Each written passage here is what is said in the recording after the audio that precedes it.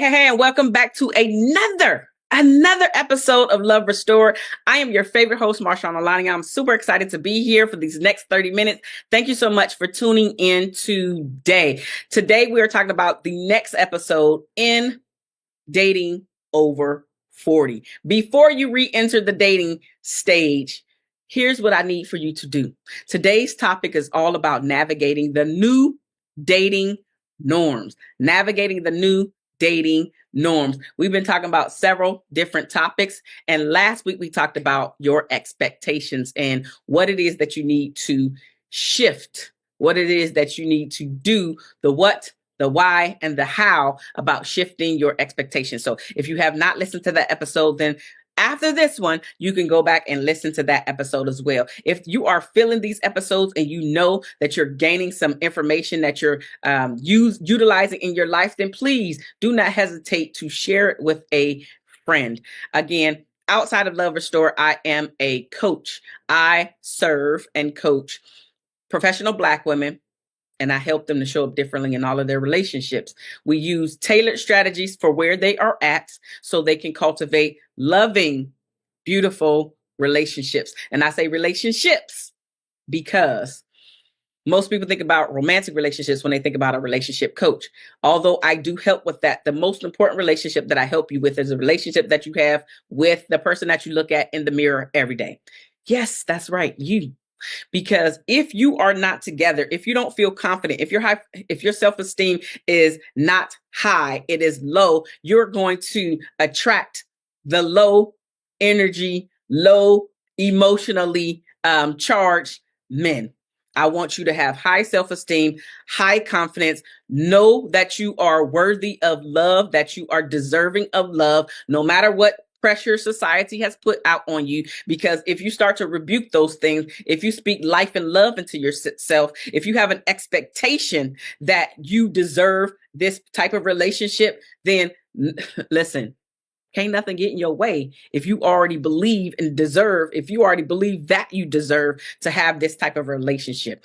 Nothing will get into your way. Yes, you will have down moments, but by and large, you'll be able to push through those down moments and be able to persevere to still believe that you are deserving and worthy of a healthy relationship. So that is who I am, and that's who I serve. That's outside of Love Restore. If you are ready to make the investment and the time and energy into leveling up yourself before you start dating once again, and you are a professional Black woman, then email me at Marshaun@MarshaunOlaniyan.com. That's my first name, @ first name, last name.com, right? So go ahead and email me, and in the subject line, tell me that you are ready to make the investment in coaching for yourself so you can get you together, so your energy, your light, your behavior, every way that you show up on the day in your life will be different than it ever has been before.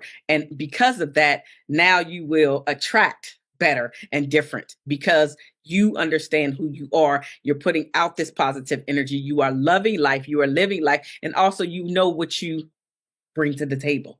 Okay, so now with that being said, we are talking about the new dating norms. Excuse me, got a little gas here. Okay, little gas going on. I don't understand.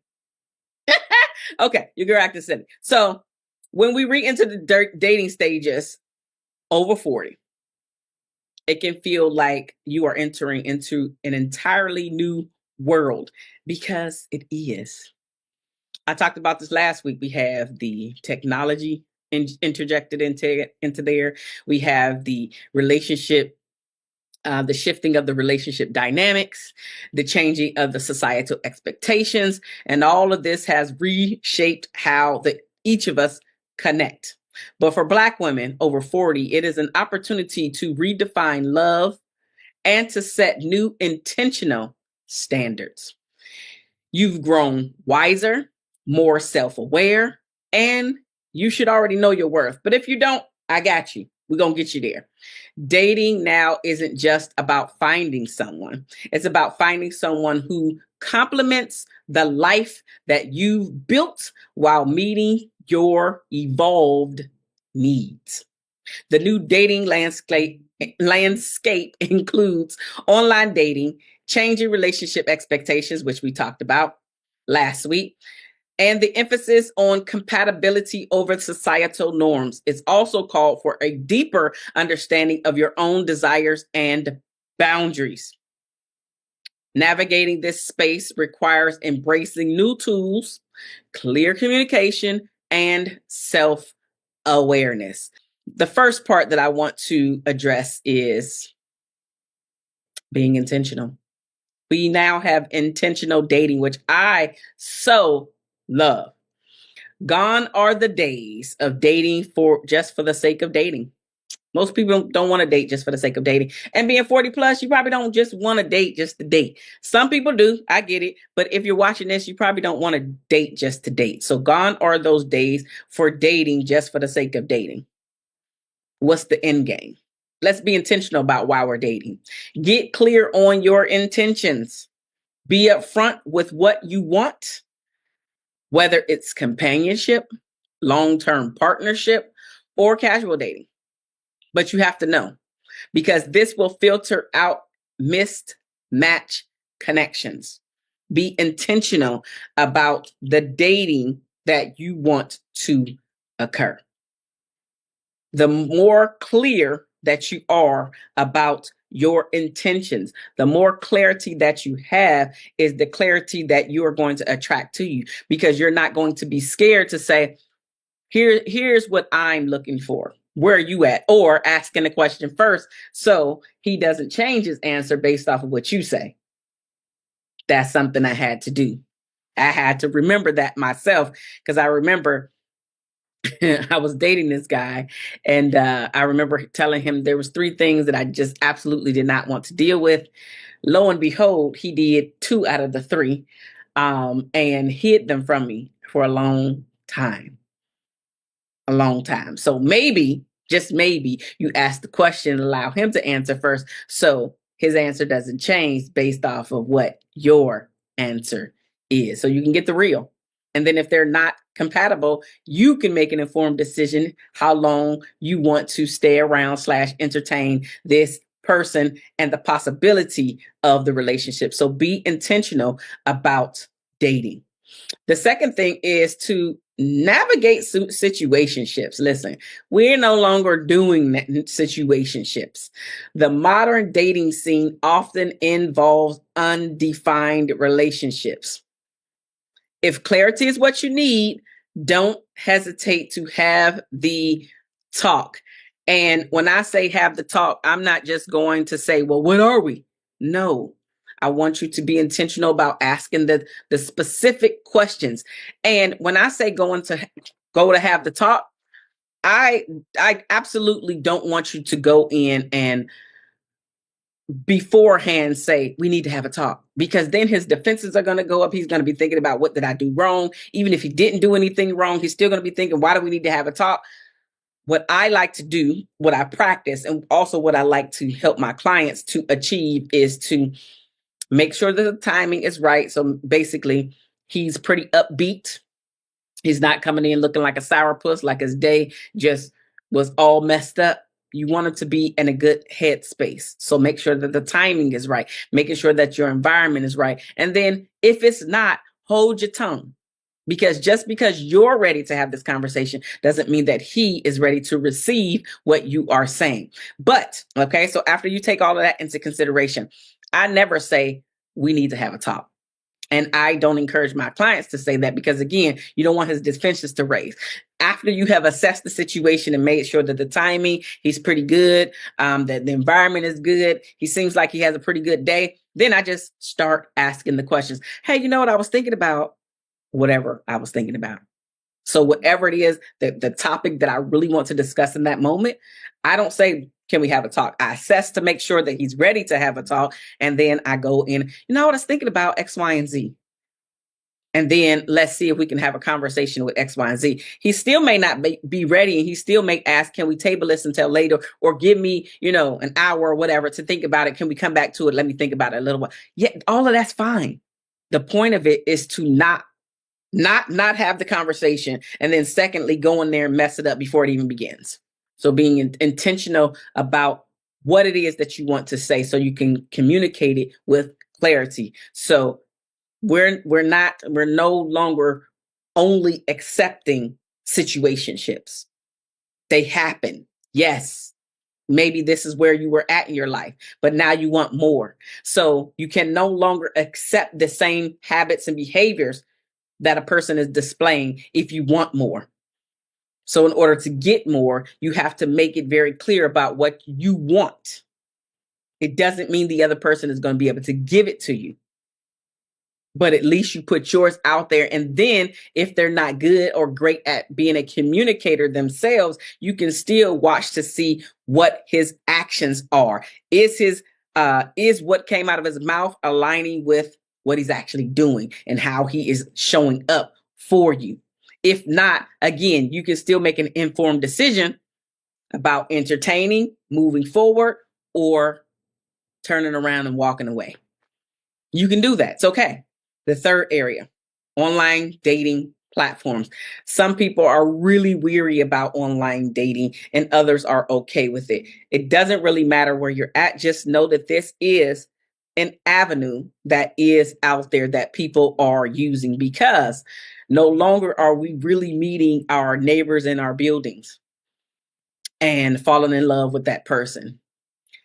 Does it still happen? Absolutely. Yeah. But most people nowadays are meeting people in other areas of the same city that they live in that they never frequent. And so they would never just bump into that person because that's not an area that they frequent. That side of the neighborhood, that side of the city. People, more and more people are spread out, and we're also spread out from our village, what they would call, like, our all of our aunties, all of our uncles, our cousins, and then just family, friends. Most of us are spread out now. We live in different cities or even states, and hey, even countries. So they're the online platforms to meeting people. If it's not your thing, it's not your thing. But do know that this is a way for you to meet even more people. So if you're not afraid, explore online dating. But keep this in mind that the connections can still happen organically. Yes, they can. But use the apps as tools and stay open to meeting people in real life settings, like going to some of the things that you really like to do, like your hobbies, or out to social events. Again, organically still absolutely can happen. Your friend of a friend, right? Your friend knows this person. They also know you, right? So they're the mutual friend in between the two of you. That can still happen where they want to set the two of you up. Both of you have to be willing to do that, but they may want to set both of you up based on like, oh, you two probably will be good together, and then y'all hit it off. All of those things can absolutely still happen, but just knowing that there is another way as well. Learn which platforms cater to mature singles and align with your relationship goals. Now, there are some apps here. I've tried one of the two, but I have heard success on the other one, which is Bumble and Match. I've tried Match. I didn't have success, but I do know people that have tried Bumble and have had success on Bumble. They may offer you some opportunities, but take the time to create a profile that reflects your authentic self. Don't just be putting pictures on there from 20, 30 years ago because you're not okay with who you are today. Trust me, the other person at some point is going to meet you. And if you're not okay with you, why would they be okay with you? You have to be able to be okay with the skin that you are currently in today. And if you're not, again, that's a problem. But if you're not, that's what I would help you with. Being okay in the skin that you are in today. And if there are areas in which you can control and change, then we can working on those areas as well. So we can get you as confident and your self-esteem as high as possible before you even create a dating profile. Because if you're putting pictures on there from 20, 30 years ago when you liked yourself, because you're not satisfied with yourself today. And if you're not satisfied with yourself today before you go out on a date, you're going to be projecting that while you're out on the date. And you may miss you out on your opportunity for your actual person to spend the rest of your life with. This is why we're having this conversation, because I want you to think about all the stuff before you start dating again. Before. You can still do it after, but it's better to do it before. because you get a lot of that junk, a lot of that stuff that's been weighing you down out of the way. Putting a profile together that suits the person that you are today, not the person that you want to be, although some of that stuff can be on there. But again, the picture is one of the things that I know women do, like that, like the 10 and 20-year-old picture. But I also know that men complain about that because again, they meet you today, the today you, not the 10-year or 20-year ago you. And so this is what I hear men complain about, which is why I'm harping on the picture in particular. Men have some things that they do too, like they might lie about how much money they make as well as how tall they are. Those are the two biggest things for men. But that picture for women is absolutely a thing. And then they feel like you gaslighted them or catfished them. That actually is catfish, not gaslight. They feel like you catfished them because you don't look like the person that was in the photo. That's the person that they wanted to meet. And physically, you're not that person anymore. All right, moving forward. I just know that's an area, that's a hot topic for men. That picture. Hot topic. Hot topic. Okay. Moving forward. So check out Bumble and Match if you have not already, because they cater to an older, more mature, I should say, more mature age group. And I can say older, you say this gray hair. Okay, moving on. Another area is healing your past wounds, sis. This is why I work on helping you first.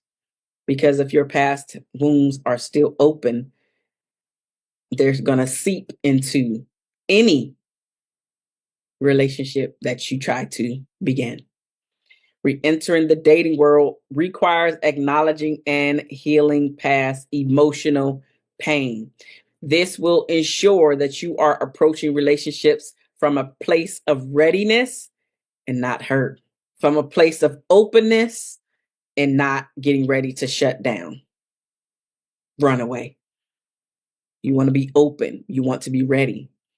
And even if you're not 100% healed, which most people are not, they know which areas of weakness they have. The people that have begun to work on themselves, the people that have done the inner work or have begun to done the inner work, they know the areas that they are weak in, but they have began to start to peel back the onion in order to find out what the root cause is as to why they are showing up in that manner. And you want to do the same thing. So if you have not started working on your wounds, all of the baggage and stuff that you bring into the next, or excuse me, that you have brought from relationship to relationship, is because you have not dealt with it. It's because you have not faced it head on. It's because you keep sweeping it under the rug, thinking that it's not that. This ain't the thing that's keeping me down. This ain't the thing that's keeping men away. Not realizing that it's the very thing that's keeping men away. It's the very thing that you keep repelling potential partners with, because it is your blind spot. That's why you're not able to take it in and honor it. That's why you keep fighting against when people tell you a specific thing about yourself. You're just angry. You're just mean. You keep fighting against that. But it's everybody's truth but your own, because you have yet to accept that you're angry about life, about the stuff that happened to you in your past, because you have yet to face it, because you don't believe that this stuff is still harming you. It's just harming you relationally. It may not harm you in the job, but you're not talking about emotions for the most part at your job. You're there to do a job. And you may do it well. And you may be doing really great in your career and sucking in your relationships, because the relationship with yourself sucks. So the relationship with other people in your life have also taken a hit. You have to get started on healing your past wounds and your emotional pain, figuring out what it is, but then also starting to get rid of it if you can, if you're ready to face it. And that's how you can start getting rid of it. You have to be ready though. Okay. Healing those past pains. The next thing is understanding that boundaries are non-negotiable. You have to know what your deal breakers are and communicate them early on. That way, again, because we're not wasting time. 40 plus, we ain't got time to waste. You should be able to tell a person what your boundaries are. You should be able to correct them if they step over the line of your boundary. You should be willing to walk away sooner than later at 40 plus. You should have enough self-esteem to know you don't have to just deal with this stuff, because you don't. It's just a matter of if you are going to or if you are not. That's literally it. Those are your choices. You deal with it or you don't. You whine about it and complain about it, or you don't. You do something about it. Boundaries are non-negotiable. Another area is to evaluate actions over words. I kind of mentioned this earlier, but actions always, always reveal intent. So look for consistency in how someone shows up for you, if at all, not just in what they promise. What have they said verbally and then actually follow through on their actions? See, we're paying attention to everything. In the 20s, he had a better chance of getting over on you than he does in your 40s or in your 50s. 20s, you don't really know no better. But if you're watching this, you absolutely know a little bit more about how you should be showing up, about the things that you should be saying, about the things you should be accepting and the things that you should not be accepting. All of this is playing a part in who you are attracting to you and how much time, energy, and effort you will give to someone that deserves it versus someone that doesn't deserve it. Knowing that, I don't have to take this stuff. I don't have to just accept anything that he's sending my way because I'm afraid of being alone. Well, I've done that. I know that I'm okay alone. Being able to have an attitude like that, like, no, I don't have to accept this. Yeah, I'm gonna have to start all over. And okay, I don't want to just accept anything, but knowing that you don't have to, and then being able to set the boundary. Oh, the boundary was crossed. But that's also after you've had conversation to let them know what the boundary is. And then, hey, you say you ain't never going to do this again, right? So there's other things that come into play, but the big picture is set boundary, boundary cross, enforce boundary, whatever you said your enforcement was going to be, or how you were not going to tolerate X, Y, and Z. So whatever you said, you need to be able to, next thing is to pace yourself. Sis, this ain't a rush. This ain't no rush. Take the time to evaluate this potential man or men, because maybe you're dating more than one. I didn't say sleeping with more than one. I said dating more than one. And maybe you shouldn't be sleeping with anybody until you know this is your person. That's one of the things that clouds our judgment, especially if they know what they're doing in the bedroom. It clouds your judgment. And all of the things that you should be seeing as red flags go out the window, especially when there's an introduction to sex very early on. You don't believe me? I'm telling you, it is. We have soul ties, and every partner that you've been with, you have left a piece. They have left a piece of themselves with you. Try to hold off on sex. That's not a part of my notes, but I just know sex can cloud your head. It can make you stop seeing the red flags. You want more, he doesn't, but he puts it down well. So you willing to deal with I guess I'm just getting a piece of a man once again. Nah, that ain't what we doing no more. Don't move too fast. Having sex too early is moving too fast. Been there, done it. I'm not condemning you. I'm just letting you know. That's why I know, as well as the people that I've helped. But I also know because I've been there, done that. It usually never pans out. Moving too fast can lead to unnecessary emotional strain, thing that you don't even have to deal with / worry about if sex is not involved. If you're out there really trying to get to know the person and they're really trying to get to know you, you already know that sex is still going to be there. There is no rush. Because if I'm going to be here and trying to get to know you, once we cross that barrier threshold, we already know it's there. So there's no rush to it. 40, 50, there's no rush to it anymore. When it's great, it's great. But 40, 50, 60, you need way more than SCX to satisfy you. Otherwise, you still going to feel like you're doing this thing alone. Okay. Pace yourself. The final area is to focus on joy.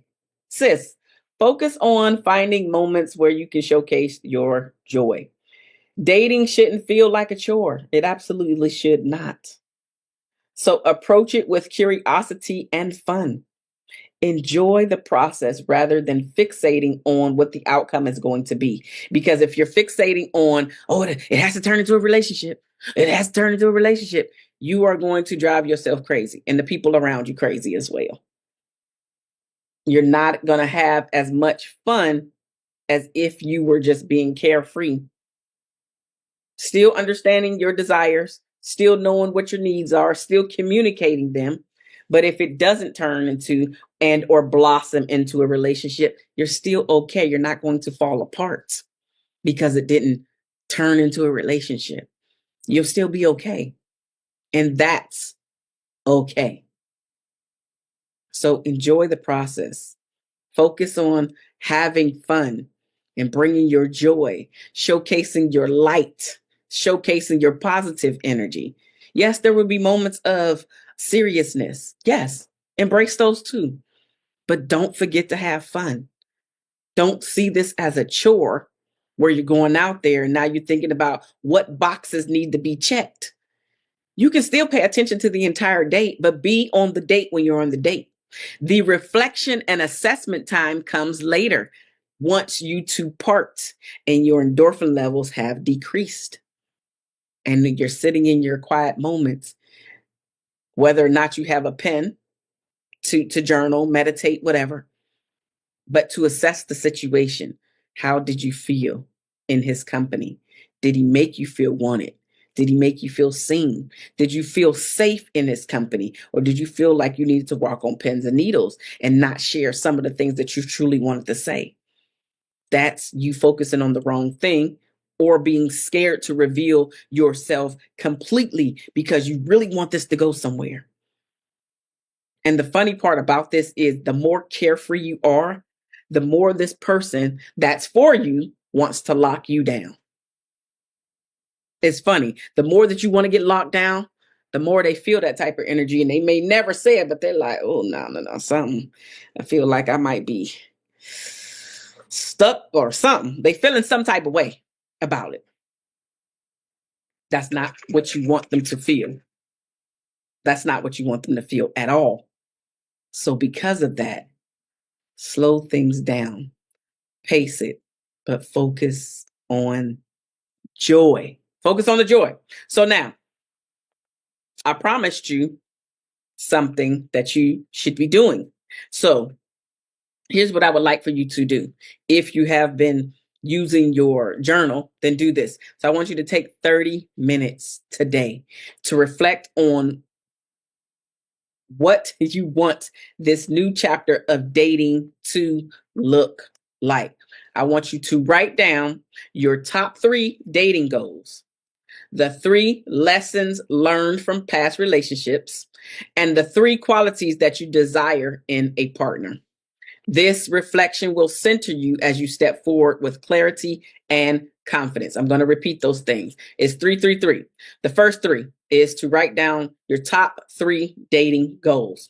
The next set of 3, the top 3 lessons you've learned from past relationships, so you can stop repeating these things, right? The next 3, or the last 3, is what 3 qualities do you desire in your future mate? This is going to help you to clarify what it is that you're looking for. So when you go out there, you can show up with your confidence and knowing that, okay, if these are not in alignment, and they do not have to match up perfectly, but you do need to be aware of them, especially, but not limited to, the lessons. What did you learn from being in your previous relationships?